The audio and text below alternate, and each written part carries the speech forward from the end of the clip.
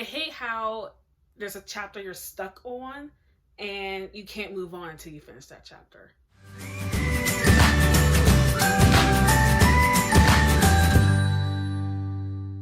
Hey guys, it's Chanel, aka Foreverly Reads, and gosh, what a week it's been. I have been not in a good writing place lately. I've been stuck. I was having one of those weeks where I was just stuck on a chapter and I couldn't move forward. And it's like, I have to finish editing this chapter in order for me to edit the next chapter. I have to see if the pacing is still the same, if some scenes are still the same.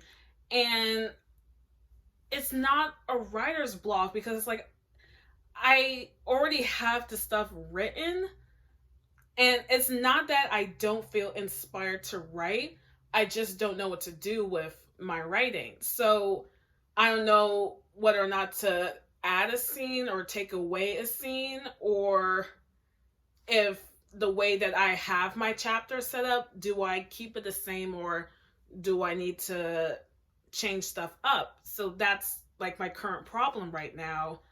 I have been editing I'm on chapter 26 or 27. I have been editing that for about like a week and a half. That's when I thought about like, oh, this would be a good idea for a video. So let's talk about possible reasons why we're getting stuck on chapters and how we can fix them. Before we get into that, please take a moment to subscribe to my channel and please hit that notification button so you can be aware whenever I make a new video. Reason number 1, not a clear plan. So not knowing where you're going with your story, especially if it's just one chapter, is just super frustrating. Our chapters serve as our progression and our building blocks to get to the end of our novels. I mentioned in previous videos that I'm a planster. And being a planster, is a good and bad thing. I'm able to go right into writing without planning this or given a detailed list of what I should do. I'm able to just do the writing and then I'll be fine. But I do keep in mind that I do need to take a step back, do some planning, maybe do a chapter guide. I actually just did a chapter guide some months ago and I thought it was like the best thing I've ever done. I get to see a view of what's going on in each chapter, keep control of my pacing, and also keeping up with my characters' storylines and subplots. And I think just from a wide scale, it actually helps me write the ending of my story. Writing the ending of my story was actually one of the hardest things I had to do. Probably the true reason why I was never able to finish Succession. I wrote an ending, but I know it's not gonna, after I'm done this edit, I know the ending's not gonna be the same anymore. But it's almost like I feared writing the ending, but now that I have this chapter guide, I'm seeing where the story is going and I could possibly see how it ends, and it's going to be who versus who at the end and what's going to be the happy ending. It's not really going to be a happy ending, but close enough. But you're basically see what's going to be concluded. So writing chapter guides, I think, is super helpful. If you're going to do anything involving planning, even though you're not like a planner, chapter guides will be the easiest thing you can do because at least you know what's going on chapter by chapter. Reason number 2, your scenes aren't progressing your story, aka you gotta let scenes go. So this is one of the things I actually do struggle with. I mentioned that I was writing Succession for a very long time. I've been writing Succession for a very long time. So with all that time, it came with creating scenes that I absolutely love. And I can't imagine publishing or finishing Succession without those scenes. But sometimes I have to take a moment and actually think about it, like, do I really need these scenes? And I feel like I have like that screenwriter mind sometimes. That'd be like, oh, that's a cute little scene that could happen in like seconds, but it's probably pages in a novel. So it comes to the point where I really think about, is this scene necessary? Is it progressing my story? Sometimes we do have to cut the scenes that we love and we thought like was just like a genius scene, but if it doesn't really progress the story that much, it's sometimes you have to make that hard decision to just keep it out, and delete it. But make sure you make a document that has like all your cuts. I that's all I have on my Google Docs. Like I have like, oh, Succession save laters or Succession cuts, and sometimes I'm actually able to use some of the scenes that I do cut, and I'm able to put it in there somewhere because maybe it will flow better here, or the situation was brought up for it. And I was actually able to put a scene I did cut like years ago, and I was actually able to put it back in Succession, and that like just made me like the happiest girl ever. I was like, oh my gosh, I finally get to include this scene. So just make sure if you're going to cut scenes, make sure you save it because you might use it later. Reason number 3, not growing character development.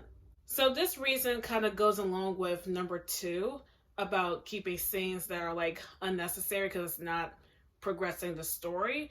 So it can also be the same of not progressing your character development. Character development is just as important as finishing our story and progressing our story. We have to show how our characters are changing. And it's not me necessarily saying that each chapter we have to show how our characters are growing and each thing they do is the change in their personality. But you have to have those scenes where it shows like how they will make that change and almost like building up to, oh yeah, I see some character development, but just not there yet. So it's almost like giving us like a tease of stuff. Just, little by little, we show character development. Characters, they don't just change just like that. There has to be moments and instances where they will make that change and why they're making that changes. So sometimes it could be a point where your story is actually feeling stale. And if it's feeling like that, maybe you have to raise the risk of your character conflicts. It can't always be easy for our characters. We have to make them fight. And sometimes they have to make them cry. We love our characters. We love torturing our characters. That's what we love to do. Our poor characters.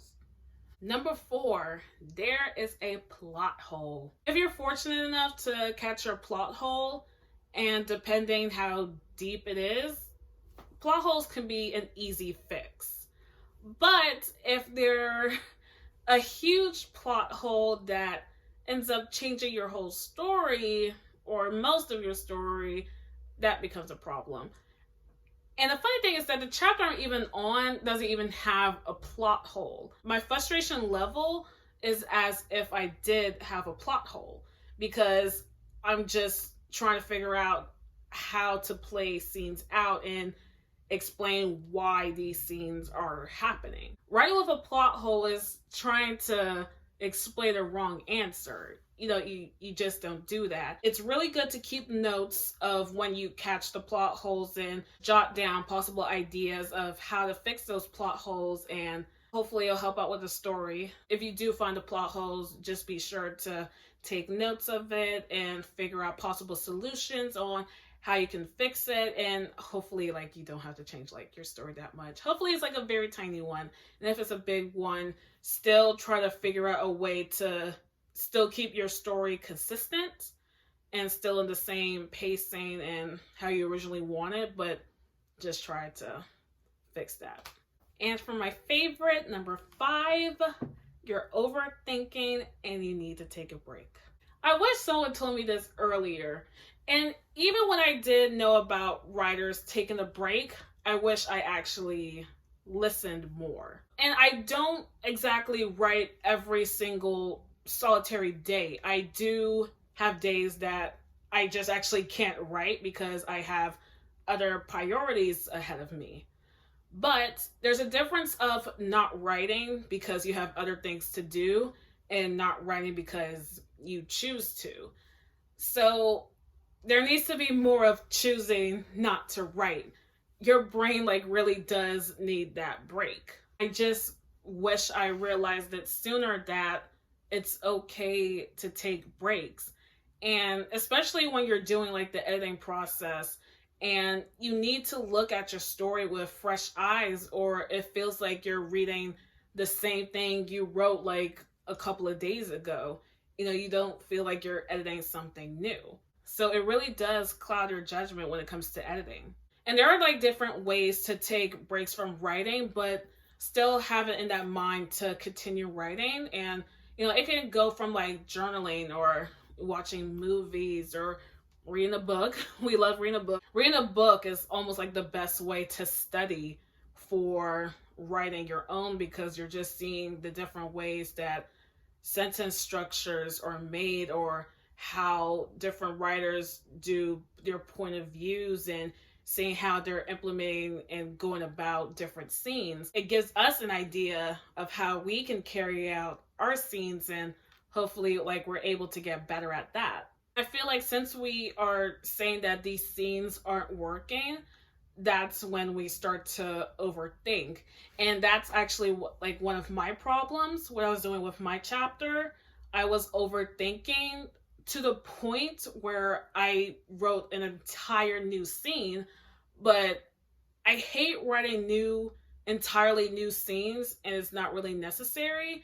And I'm in the editing process. I just feel like it complicates my stories. Like I just added more words, to my word count. And even though I don't really focus on the word count like that, I just have it in the back of my mind. But I know my story doesn't need any more brand new scenes. I need revamped scenes, but not entirely new scenes.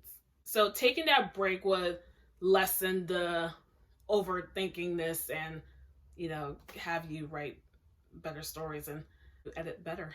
So guys, those are my 5 reasons of why we're stuck on chapters, and hopefully some tips and advice on how we can fix them. I really hope I'm able to get through this chapter I'm stuck on. I did make some progress. I'm currently about to move on to 28, maybe. I think what I'm going to do is probably edit the chapter before, because I haven't edited the chapter that I'm currently working on yet. So I'm gonna just edit chapter 25 so I can have a better idea of what I want to do for 26 and 27, and make 28 more clear. Chapter 30 is good because I already have the material written for that. So beyond that, it should be good. But I think it's because I'm transitioning into a new act. I'm transitioning from the 2nd act to the 3rd act. So I'm about to go, not exactly to the part where the hero falls. It's like I'm approaching that stage. That probably happens chapter 33 or so is when the hero falls and stuff. So I have that. I'm prepared. I'm so prepared for that. So I think I'm going to be okay. I'll be fine. This is going to be an interesting writing week. Thank you guys so much for watching. Please be sure to subscribe to my channel. And please be sure to like and comment on this video. And if you know any writers who can use this advice or is going through the same problems as I am, please be sure to share the video. And please don't forget to follow me on Twitter and Instagram so you can follow my writer's journey. And don't forget, guys, to hang on tight because we're writing something great.